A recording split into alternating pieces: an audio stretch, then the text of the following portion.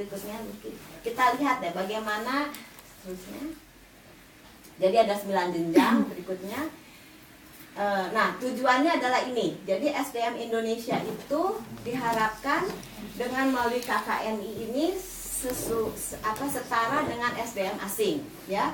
Jadi diharapkan kalau universitasnya sudah mengacu kepada kurikulum dengan berbasiskan KKNI atau namanya di dalam bahasa Inggris National Qualification Framework. Nah, jadi diharapkan ini, ya. Jadi nanti bisa GAS, kemudian AFTA semua bisa, ya. Oke, berikutnya. Nah, ini nih yang berikutnya. Nah, ini nih. Jadi ini ya, sebetulnya intinya hanya di sini ya, KKNI itu. Artinya ya, kalau tadinya itu dari D3 tidak bisa jadi guru besar, kalau sekarang D1, diploma 1, bisa ke diploma 2, bisa ke diploma 3, bisa ke diploma 4. Diploma 4 itu bisa mengambil master langsung sekarang. Kalau nggak salah di Jerman tuh dulu ada yang lulusan D4 susah tuh kalau mau ke S2. Kalau sekarang boleh. Jadi namanya nanti master terapan. Lalu master terapan bisa jadi namanya dokter terapan, ya. Jadi di situ. Jadi 9 tahun pendidikan dasar, ya. Kemudian SMA tetap 3 tahun. Kalau ini jalur akademik dari SMA ke S1, S2, S3, ya. Ini Master of Science, kemudian PhD, ya. Kalau di sini dari diploma 1, diploma 2, ini biasanya dari community college atau dari community college itu bahasa Indonesianya apa ya? Agak saya lupa. Komunitas college-nya apa ya bahasa Indonesianya ya? Lupa saya. Nah, jadi dari D1 bisa D2, bisa D3. Dari D4 ini boleh juga D4 ini ke sini kalau mau jadi ini. Jadi bisa sekarang ini bisa ini. Tapi dari SMA-nya ini dari SMA kejuruan, ya, SMK seperti ini ke sana. Ya, jadi sebetulnya lebih fleksibel kalau sekarang sistemnya, ya, 9 tahun ini. Jadi kalau level operator sampai dengan level KKNI 2, kemudian analis, teknisi sampai ke 5, kemudian dari 8, 9 itu sudah ahli. Ya, jadi seperti ini di Indonesia sekarang. Semua yang namanya kurikulum operasional di perguruan tinggi semua harus mengacu kepada KKNI, ya, supaya untuk agar semuanya menjadi equal antara SDM Indonesia dengan SDM asing. S2 udah golongannya ahli, Bu? Iya, S2. Ya, sudah. Biasa. Muji diri sendiri ya, Ki ya. Itu. Nah, semuanya itu sekarang kalau kita lihat, nah ini adalah sistem penjaminan mutu pendidikan tinggi. Ya, jadi sekarang ini semua di Indonesia ini diterapkan yang namanya sistem penjaminan mutu, baik melalui akreditasi, melalui sistem penjaminan mutu internal, mau akreditasi luar, ya, ini semua. Jadi ini kalau kita lihat, dan yang penting ini sekarang kita mempunyai namanya pangkalan data pendidikan tinggi. Kalau di search ke websitenya Dikti, cari nama Sofia, tapi nggak ada W Alicia Bar, di situ Sofia Wangsadinata karena saya berdasarkan nama KTP waktu itu. Nah, itu setiap dosen mempunyai 1 nomor induk registrasi dosen nasional. Jadi tidak bisa sembarangan. Jadi Sofia Wangsadinata itu sudah miliknya siapa? Si A miliknya siapa? Semua ada di pangkalan data pendidikan tinggi. Universitas Indonesia, dosennya sekian, mahasiswanya sekian. Program studinya Teknik Sipil Universitas Indonesia, siapa saja mahasiswanya. Nah, ini sekarang semua ada di dalam pangkalan data pendidikan tinggi. Namun kendalanya kadang-kadang down dulu ini, ya.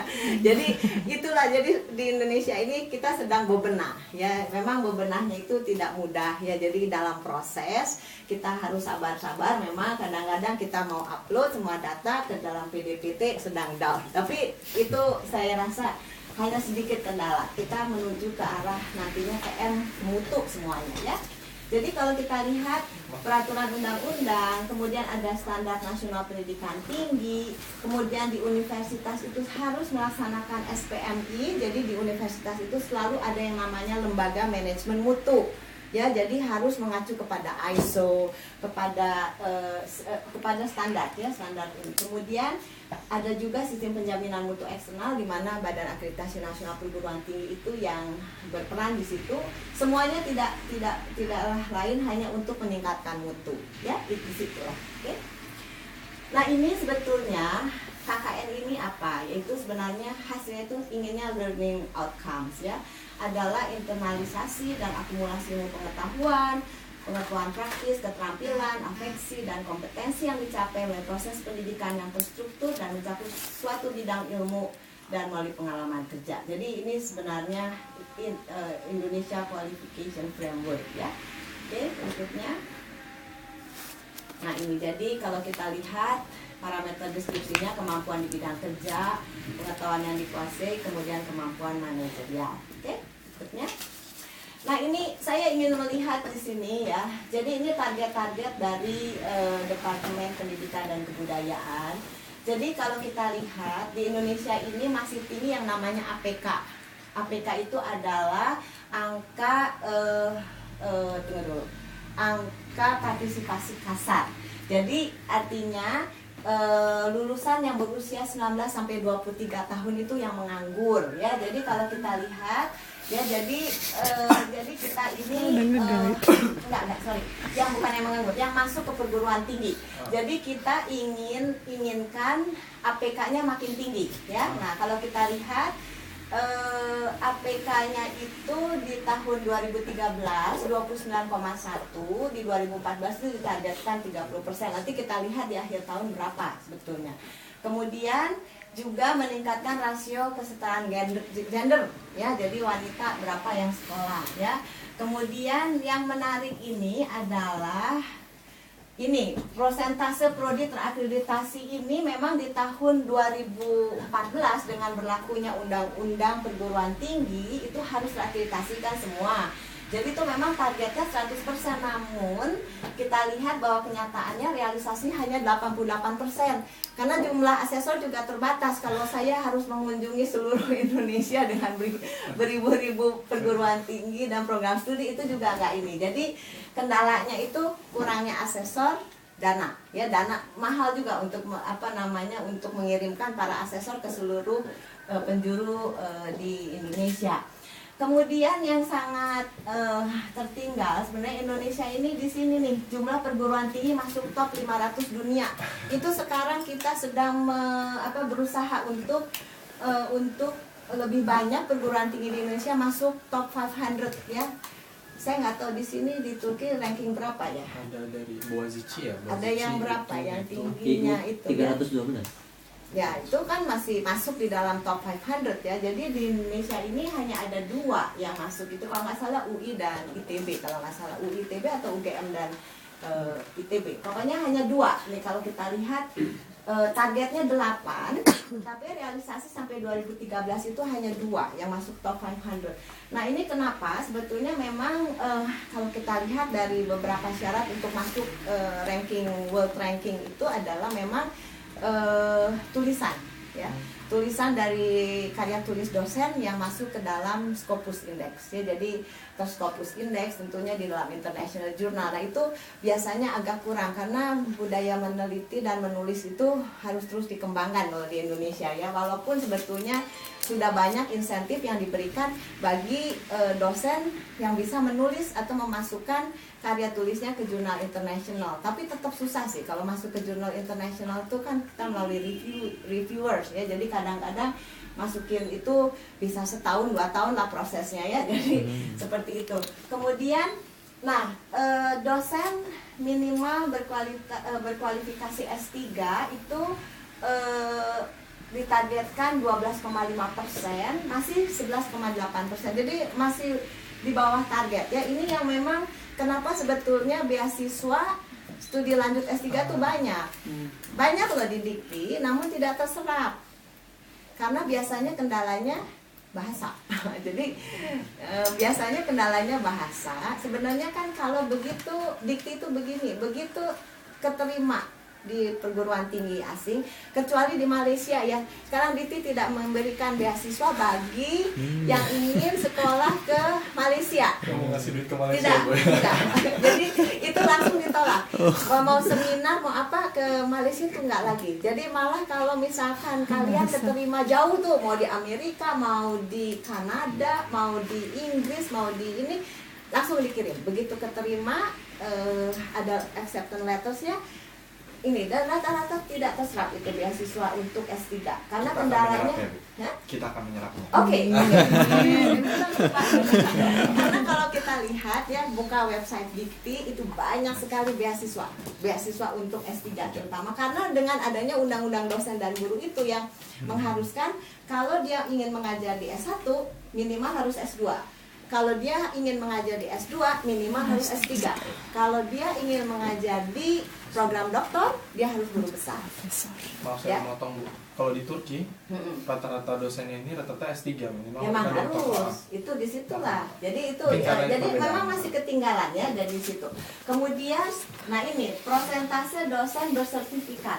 Itu memang ditargetkan 62,5%, tapi kemudian tercapai alhamdulillah 72,2%. Jadi tapi dananya juga cukup besar yang dikeluarkan oleh pemerintah karena begitu dosen memiliki sertifikat pendidik, jadi mendapatkan tunjangan dari pemerintah.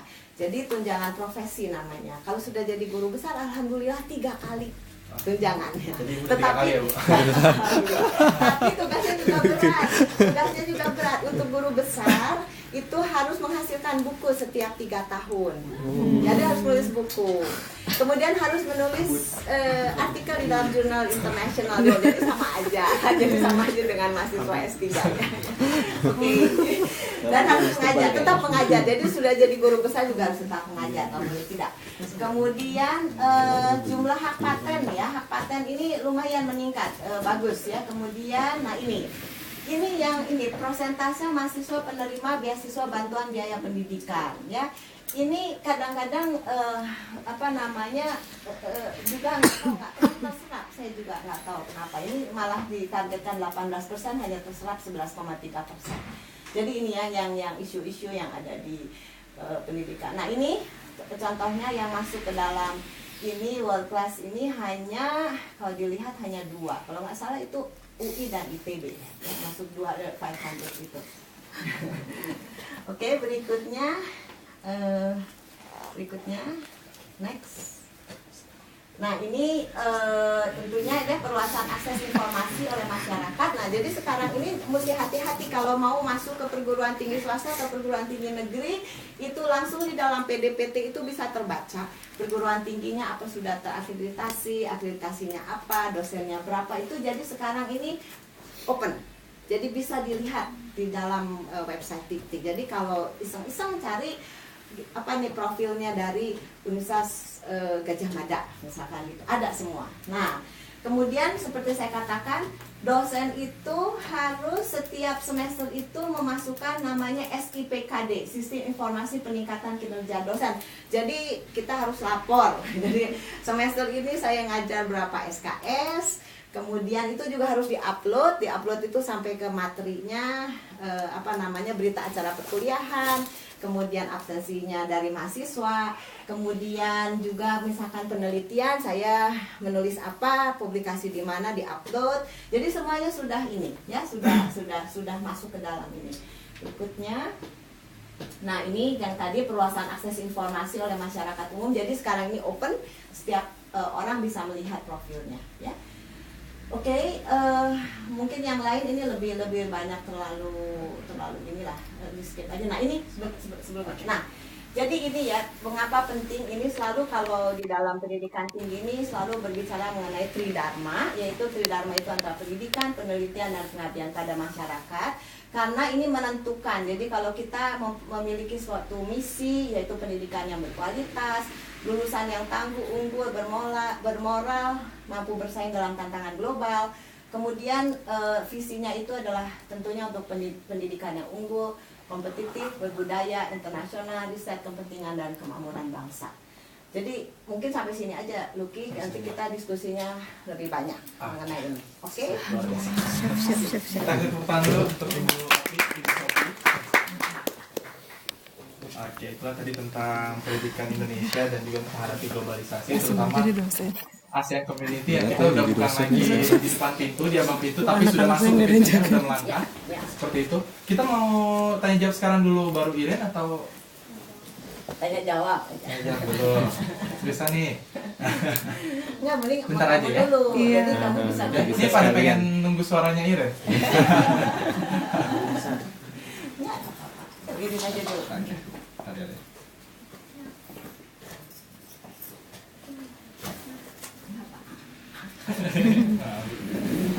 Prestasi Sebelumnya, Irin tuh.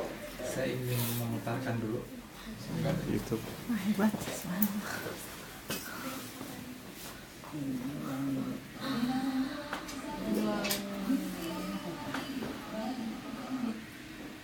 Ini yang 200 meter. Ini pertandingan tahun ini baru pas kemarin September atau ini tingkat senior. Jadi sebenarnya kan kalau di atletik itu dibagi 3, ada remaja, junior, senior. Sebenarnya ini tahun lalu nih. Iya 2014. Ini tahun lalu ya sebenarnya. Tahun lalu itu sebenarnya saya masih junior. Berarti umurnya tuh antara 17 18 lah. Tapi kalau senior itu boleh, yang junior boleh masuk ke senior, boleh tanding lawan senior. Nah ini kejuaraan senior. Senior tuh 19 ke atas. Tadi pas hari Saya yang ketiga. 3 ya. Di sini posisi 3 Irin ya, tapi dia itu Mau mulai ya? Udah. Ini Pak, kamu juara berapa di sini? Ini dapat juara pertama. Emas ya. Ini mohon maaf ini ibunya yang video jadi goyang-goyang sembaris. Ini yang saya salut juga ini. Bukan profesional. Soalnya mahasiswa tanding juga di videoin, di kelas juga masuk, gimana Bu? Merah itu. Ini 200 meter. Yang nomor berapa sih nih? Yang ketiga, 1, 2, 3. Oh, Lintasan 3. Putih ya? Lintasan Ya putih merah hitam. yang ketiga masuk. Di belakang. Ini kurang profesional. Saya pakai tripod ya Bu. Cepet banget ya. Iya. Ayo Rin. Ini. Iya, betul.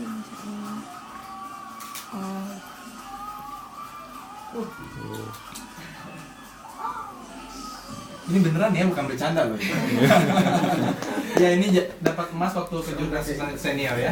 Ya itu kira-kira satu bagian dari aktivitasnya Irin. Sekarang mungkin bisa diskusi sama teman-teman. Sebenarnya saya nanya aja ya.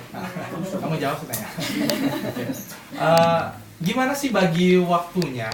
Kamu kuliah bisa jadi. Saya kemarin sebenarnya dia nggak ngomong, tapi saya dengar dari Ibu Sofi tentang mereka bahwa si Irin ini jadi asdos juga. Asdos di mata kuliah kalkulus. Ada tahu susahnya kalkulus? Bener.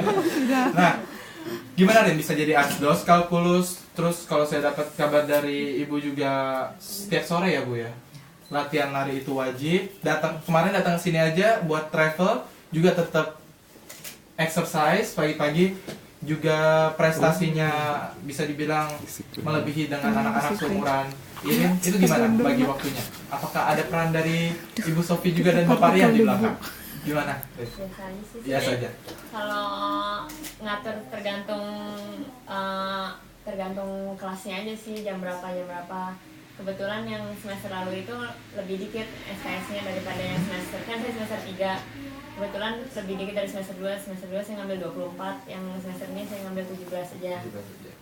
Jadi diatur aja. Jadi kalau seandainya saya kelasnya pagi, berarti saya latihan sore. Kalau kelasnya sore, saya latihan pagi. Dan itu ke handle semua. Oke, alhamdulillah. Kan kalau di sini nih teman-teman mahasiswa mungkin mereka juga pengen ikut atletik mungkin ya. Enggak, jadi maksudnya pengen ikut lomba atau segala macamnya. Kalau di Indonesia, mungkin teman-teman sini ada S1 yang S1-nya udah di Turki ya.